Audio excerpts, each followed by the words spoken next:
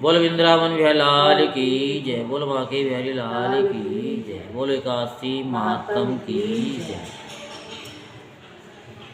युधिष्ठिर बोले कि कृष्ण पक्ष में कौन सी एकादशी होती है, उसका क्या नाम है, क्या विधि है और किस देवता का पूजन होता है।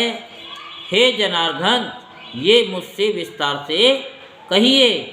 तो श्री कृष्ण भगवान बोले कि हे राजेंद्र, आपके सने के कारण मैं कहता हूँ, पौष मास के कृष्ण पक्ष में जो द्वादशी युक्त एकादशी होती है, उसके विधि लोक हित के लिए मैं तुमसे कहता हूँ।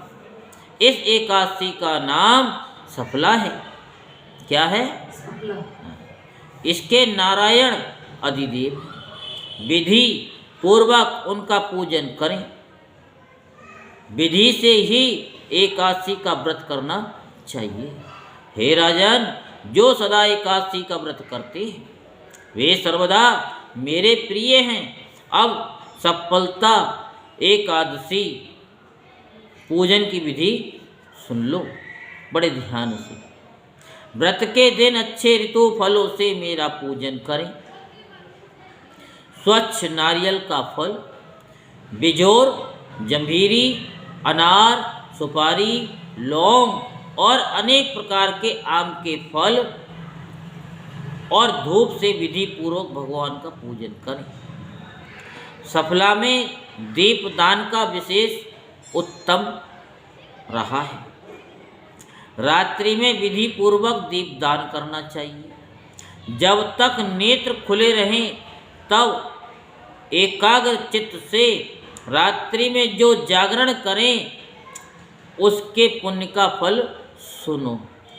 हे नरापति, उसके समान न तो यज्ञ है, न तीर्थ है, न संसार में कोई व्रत है। 5000 वर्ष तपस्या करने से जो फल मिलता है वह सफला एकादशी के व्रत करने से मिलता है। हे राज शार्दुल, अब सुनो। महिष्मती राजा की चंपावती नाम की प्रसिद्ध पुरी थी। राजा के 4 पुत्र थे। उनमें लुम्पक नामक बड़ा पापी था। वह पर स्त्रीगामी, जुआरी एंड वेश्यागामी था। राजा ने पुत्रों को ऐसी दशा में देखकर राज्य से निकाल दिया। तब लुम्पक मन में सोचने लगा कि पिता और बंधुओं ने मुझको त्याग दिया है, अब मुझको क्या करना चाहिए। इस प्रकार चिंता करते हुए उसने विचार किया कि मैं दिन में वन में चला जाऊंगा, फिर रात को वन से आकर पुरी में रहूंगा। ये विचार कर वह नगर को छोड़कर सघन वन में चला गया। नित्य जीव हिंसा और चोरी करता था। इस प्रकार उस पापी ने सारे नगर में चोरी की। पहरेदारों ने उसको पकड़ लिया, परंतु राजा के भय से उसको छोड़ दिया। वन भगवान को अत्यंत प्रिय था। वहाँ अति प्राचीन पीपल का पेड़ था। उस वन में उस वृक्ष को देवता की तरह मानते थे। उसी स्थान पर वह पापी लुम्पक रहा था। निंदित और दुष्कर्म करते हुए उसको पौष कृष्ण सफला एकादशी का दिन आया। हे राजन, दशमी की रात्रि को वस्त्रहीन होने के कारण शीत से पीड़ित होकर बेहोश हो गया। शीत के कारण पीपल के नीचे उसको नींद नहीं आई और वह मृतक के समान हो गया। दांतों को कटकटाते हुए रात बीत गई। सूर्य उदय होने पर भी उसको होश नहीं आया। सफला एकादशी के दिन लुम्पक बेहोश पड़ा रहा। जब मध्याह्न हुआ तब उसको होश आया। चैतन्य होने पर थोड़ी देर बाद वह अपने आसन से उठा और वह पग पग पर गिरता पड़ता लंगड़े की तरह चलने लगा। वह भूख प्यास से पीड़ित होकर वन में गया। उस दुष्ट लुम्पक को जीव हिंसा की शक्ति नहीं रही। जो फल भूमि पर पड़े हुए थे उनको उठा लिया। जब तक वह आया सूर्य अस्त हो गया। हे तात, अब क्या होगा? ऐसा कहकर दुखी होकर विलाप करने लगा। वह सब फल पेड़ के नीचे रख दिए। रात में उसको नींद नहीं आई, इससे उसका जागरण हो गया।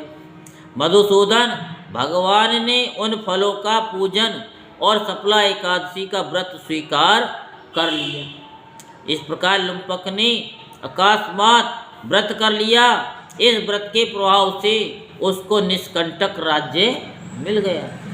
सूर्य के उदय होने पर एक दिव्य घोड़ा आया। दिव्य वस्तुओं से युक्त वह घोड़ा लुम्पक के पास खड़ा हो गया। उसी समय आकाशवाणी हुई कि हे राजपुत्र, वासुदेव की कृपा से और सफला एकादशी के प्रभाव से अपने निष्कंटक राज्य को ग्रहण करो। पिता के पास जाकर निष्कंटक राज्य का उपभोग करो। बहुत अच्छा कहकर उसने स्वीकार कर लिया और वह दिव्य रूप हो गया। कृष्ण भगवान ने परम भक्ति यानी कृष्ण भगवान में उसकी परम भक्ति हो गई।